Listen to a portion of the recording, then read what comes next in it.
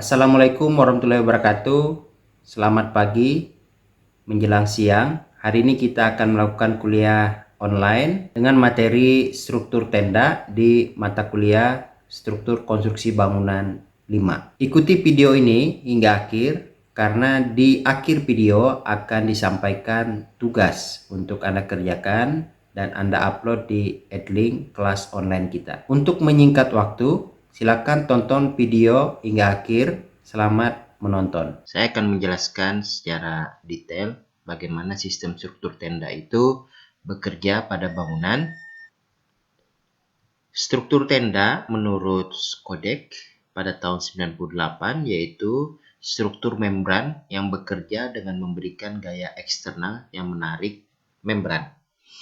Jadi kalau Anda nanti akan menemukan istilah struktur tenda atau struktur membran, itu adalah artinya sepadan atau sama. Terkadang kita sering mendengar penyebutan struktur membran. Sebenarnya itu adalah sama juga dengan penyebutan dengan sistem struktur tenda.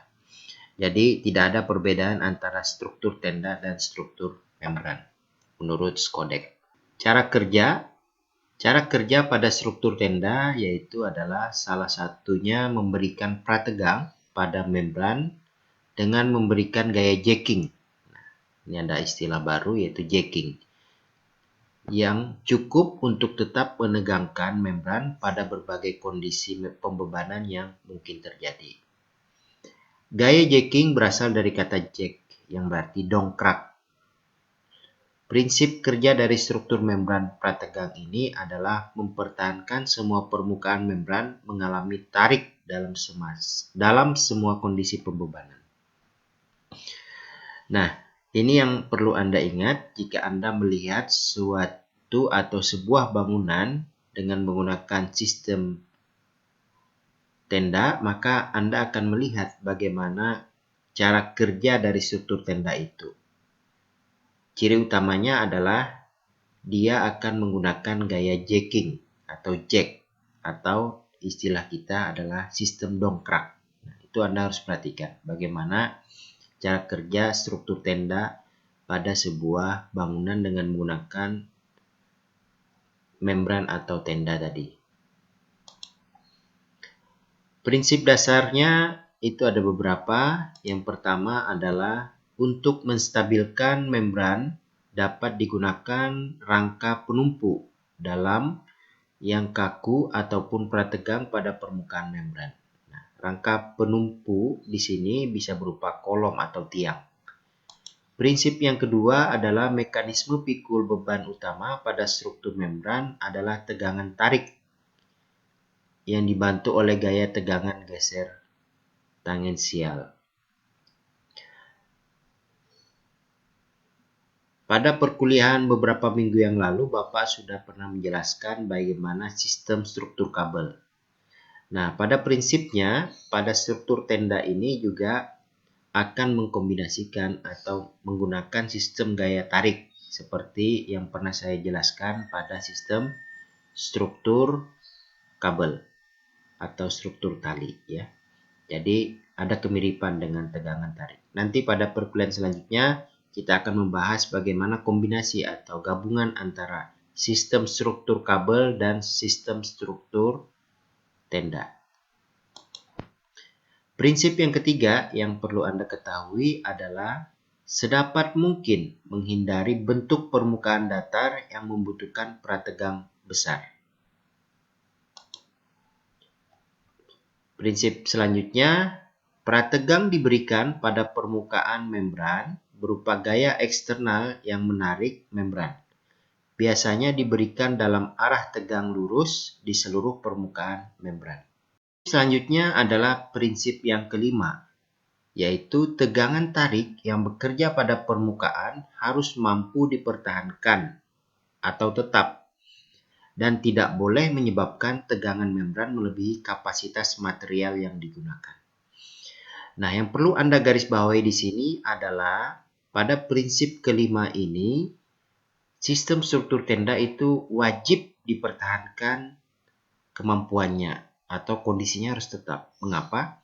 Karena jika kemampuan daya tariknya itu tidak seimbang, maka akan menyebabkan tegangan tarik pada setiap struktur itu berbeda-beda dan akan merubah kondisi struktur atau menyebabkan kerubuhan pada sistem struktur. Selanjutnya yang wajib Anda ketahui juga adalah bagaimana sistem pembebanan pada sistem struktur tenda. Di mana sistem pembebanan di struktur tenda itu dibagi dua, yaitu sistem kelengkungan atau bentuk permukaan dan kondisi atau tipe tumpuan. Kondisi tipe tumpuan itu sendiri terbagi dua, yaitu tumpuan titik dan tumpuan dinding. Seperti Anda lihat pada gambar struktur tenda ini, di sini ada kelengkungan pada bagian tenda yang akan membuat sebuah bentuk permukaan pada struktur tenda itu sendiri, dan juga ada tumpuan. Nah, di sini ada tumpuan, di mana ada tumpuan yang berfungsi untuk tumpuan dinding dan tumpuan titik. Nah, ini adalah titik-titiknya. Itu adalah sistem pembebanan yang bekerja pada struktur tenda. Selanjutnya adalah jenis-jenis struktur tenda. Di sini ada 3 jenis struktur tenda. Yang pertama, internal mesh, yaitu tiang terdapat di dalam membran, di mana tiang menopang membran. Nah, Anda perhatikan gambar ini. Ini adalah sistem struktur internal mesh. Ya, sistem struktur tenda dengan tipe internal mesh. Di sini Anda lihat ada kerucut, di mana di bawah kerucut ini adalah tiang yang berfungsi untuk menopang tenda. Lalu dibuat gaya-gaya tarik untuk membuat pembebanan di struktur tenda ini tetap bertahan sehingga terjadi kekuatan struktur di dalamnya. Tipe yang kedua adalah internal arch. Nah, ini mungkin Anda sering lihat ya untuk gedung-gedung atau bangunan stadion, yaitu tidak menggunakan tiang, ya, tetapi menggunakan struktur lengkung untuk menopang membran. Nah, mengapa di stadion? Karena stadion kita harus bebas tiang, sehingga tidak ada tiang di area bawah tenda. Nah, ini itu tipe internal arch, biasa digunakan pada stadion. Tipe yang terakhir adalah external mesh. Nah, perhatikan perbedaannya dengan internal mesh, ya, yaitu menggunakan tiang terapi untuk ditopang pada tengah membran, namun di ujung tepiannya. Nah, yang Anda harus ingat di sini adalah tiangnya berada di ujung tepinya. Nah, sehingga membuat tenda itu melengkung ke atas. Nah, itu perbedaannya dengan internal mesh, ya. Tiang tetap digunakan tapi tidak berada pada bagian tengah atau menumpu pada bagian tengah tenda, tapi pada bagian ujung tenda. Selanjutnya adalah material struktur tenda. Material klasifikasi bahan atau material dari struktur tenda terletak pada bahan yang dikandungnya dan dapat dikelompokkan ke dalam 3 kategori. Jadi, berdasarkan bahan material yang digunakan, struktur tenda ini dapat dibagi menjadi 3 kelompok besar.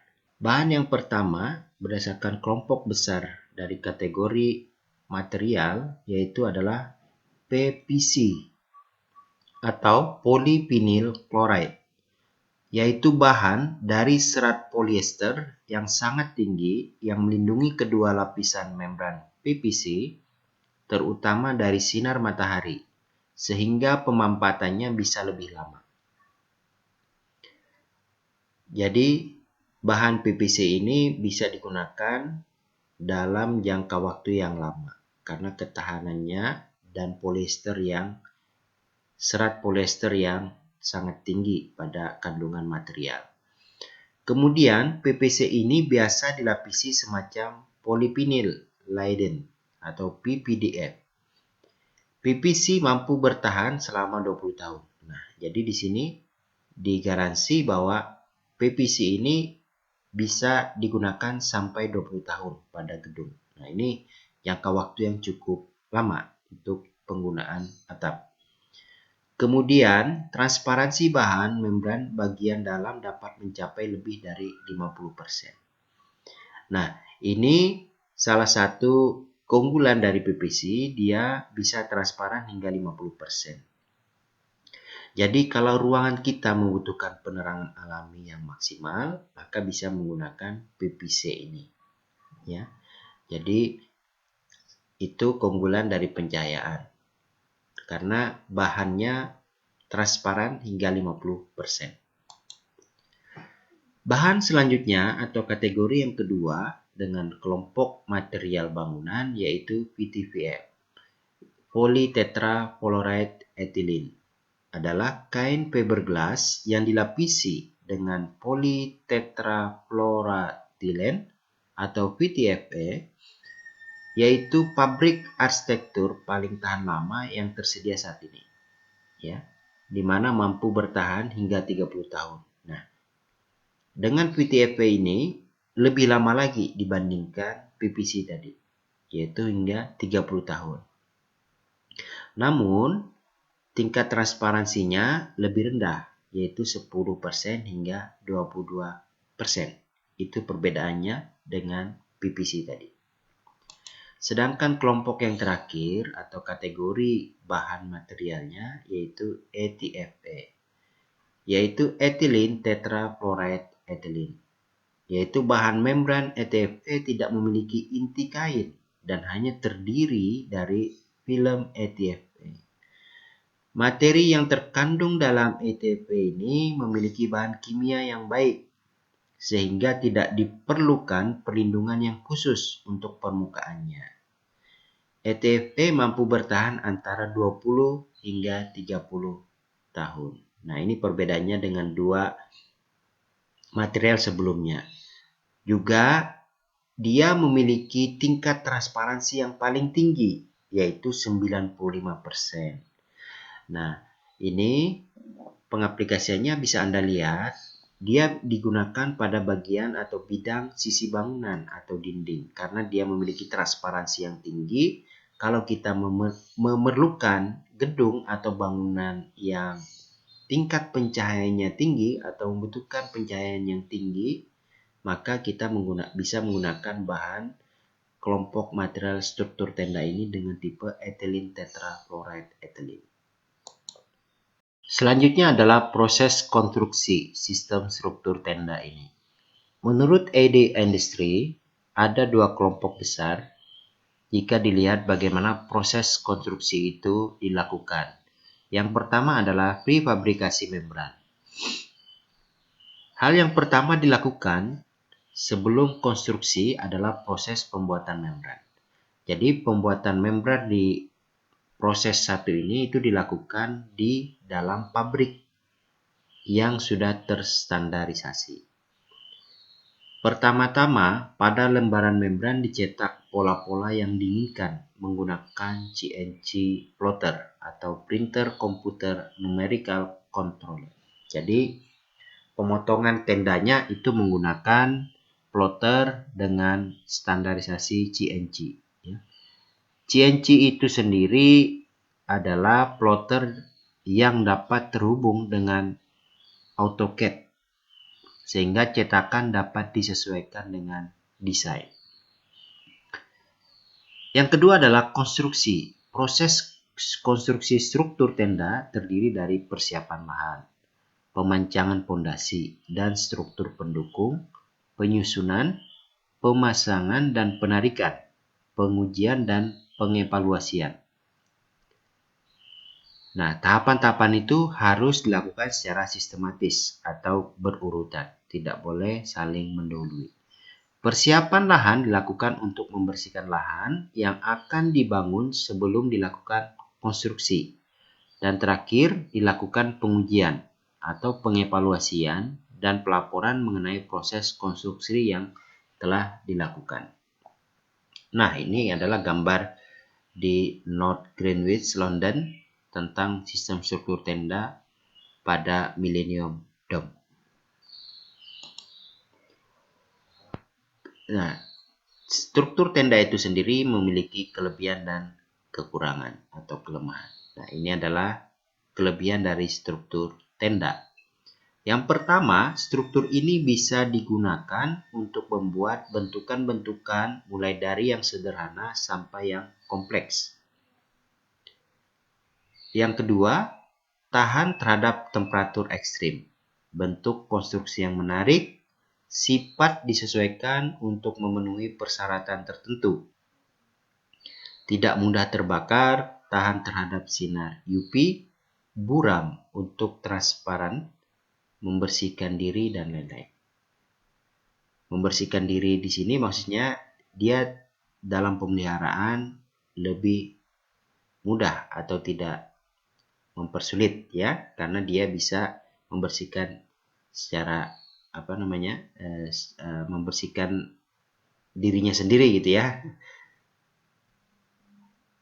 Hal ini dapat mencakup rentang lebih dari 15 meter jika diperkuat dengan anyaman kain atau kabel. Jadi bentangannya itu bisa mencapai 15 meter. Sementara kelemahannya, yang pertama sangat peka terhadap efek aerodinamika. Jadi pergerakan angin itu sangat mempengaruhi. Makanya tadi pembebanannya harus tetap ya. Sehingga mudah mengalami getaran dan tidak dapat menahan beban vertikal. Jadi kalau negara-negara yang biasa terjadi typhoon dan sebagainya, nah ini harus berhati-hati kalau menggunakan sistem struktur tenda. Struktur pabrik memiliki kekakuan yang sedikit atau tidak ada. Hilangnya ketegangan berbahaya bagi stabilitas struktur, dan jika tidak dipelihara secara teratur akan menyebabkan kegagalan struktur. Nah, itu tadi yang sekali lagi saya ingatkan, yang perlu dipertahankan adalah bagaimana kekakuan itu tetap ya, sehingga tidak mempengaruhi sistem struktur lainnya pada bagian sistem struktur tenda ini. Yang terakhir, susah untuk mengendalikan air dari struktur sistem terbuka. Nah, ya, external match tadi, dia pengendalian airnya sulit karena dia mengarah ke atas dan dia menampung air banyak. Nah, ini kendala. Nah, demikian materi tentang struktur tenda pada sesi online kali ini. Selanjutnya Bapak akan menyampaikan pula contoh bangunan dengan menggunakan sistem struktur tenda. Ini adalah contoh penggunaan struktur tenda pada bangunan. Ini dicontohkan pada musik pavilion di Sun Valley. Bangunan ini berfungsi sebagai musik hall. Konsep bangunan terinspirasi oleh tatanan alam dan berfungsi sebagai tempat berkumpul suatu komunitas tertentu dalam sebuah acara. Struktur bangunan terdiri dari struktur permanen dan non-permanen. Struktur permanen pada bangunan ini terletak pada bagian panggung dan bagian fasilitas penunjangnya. Struktur non-permanen terletak pada atap bagian depan yang terbuat dari membran. Pada musim dingin, atap ini tidak difungsikan, sedangkan pada musim panas, atap berfungsi untuk menaungi pavilion. Kombinasi antara struktur permanen dan non-permanen memberikan satu keunikan tersendiri dari bangunan musik pavilion di Sun Valley ini. Kita lihat detailnya. Saya ingatkan kembali, nanti di akhir video ini ada tugas. Anda akan mengerjakan sebuah tugas dengan menelaah atau mengkaji bagaimana sistem struktur tenda pada sebuah bangunan yang Anda pilih. Anda pilih itu maksudnya adalah Anda mencari sendiri gedung atau bangunan dimanapun. Anda bisa googling, mencari bangunan yang menggunakan sistem struktur tenda. Setelah itu Anda cukup mencari satu buah jenis bangunan yang menggunakan sistem itu. Anda kaji bagaimana sistem tendanya bekerja, material apa yang digunakan, dan sebagainya. Ada penjelasannya pada akhir video ini. Nah, ini adalah penampakan dari musik hall tadi. Nah, tadi dikatakan pada musim panas tenda ini digunakan. Nah, ini berarti pada musim panas ya kondisinya. Ini adalah detail-detail dari sambungan struktur tenda. Nah, Anda lihat di sini ada struktur yang secara detail, ada fungsi strukturnya yang menarik, ada yang menjadi bagian pemegang dari tenda itu sendiri.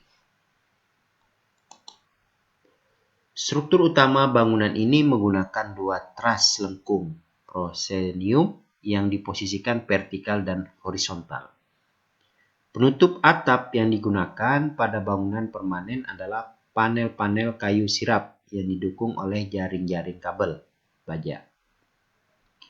Pada bagian non-permanen, atap menggunakan membran PVC yang didukung dengan kabel baja yang ditarik dari tras melengkung atau struktur utama.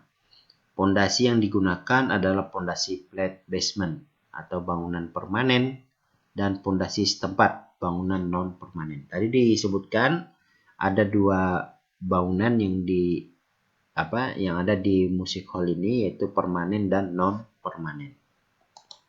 Kita lihat lagi. Nah, ini adalah sistem struktur yang bekerjanya. Ini ada titik-titik tumpuan ya. Nah, kita jelaskan ini adalah bagian sisi tengahnya. Jenis struktur membran yang digunakan merupakan struktur tenda dengan pendukung tiang lengkung terletak pada sambungan antara struktur permanen dan non-permanen pada atap. Nah, ini adalah struktur lengkung dan itu menjadi tumpuan utama ya pada struktur tenda ini. Tumpuan pada struktur membran bangunan ini menggunakan tumpuan titik diskrit dengan titik tertinggi pada bidang lengkung. Jadi dia melengkung ke atas ya, sedangkan titik terendahnya dihubungkan dengan kabel menuju ke kolom. Nah, ini di sini disebutkan ada kabel ya. Kita sudah pernah membahas sistem struktur kabel di perkuliahan sebelumnya. Gaya prategang pada membran diperoleh dengan menarik membran dari titik tertinggi ke titik terendahnya atau jacking. Nah, ini adalah gambar denah music hall tadi. Nah, bentuknya melengkung. Ini adalah struktur atapnya yang menggunakan struktur membran. Jadi struktur membran ini bisa dimanfaatkan pada gedung atau denah bangunan yang unik ya, yang tidak tidak simetris, itu bisa memanfaatkan dengan sistem struktur tenda. Nah, ini adalah kondisi set plan-nya. Nah, jadi nanti Anda mengerjakan tugasnya juga demikian ya. Ada gambar denah, set plan, tampak, dan foto kondisi bangunannya. Lalu Anda buat laporan telaah pada PowerPoint dan Anda upload di kelas online kita di Edlink. Nah, ini adalah kondisinya pada musim panas dan ini musim dingin. Jadi kalau musim dingin dia terbuka. Nah, ini pada saat difungsikan pada musim panas ya, di mana aktivitas ada di dalamnya. Nah, itu sekian bagaimana sistem struktur tenda diaplikasikan pada sebuah gedung. Nah, selanjutnya adalah sesi tugas. Silakan Anda cermati tugas ini dan Anda kerjakan dan Anda upload di Edlink, di kuliah atau di kelas online kita. Tugas ini berupa tugas kecil. Anda buatkan telaah sistem struktur tenda pada sebuah bangunan, yaitu dengan cari satu contoh bangunan dengan menggunakan struktur tenda atau membran.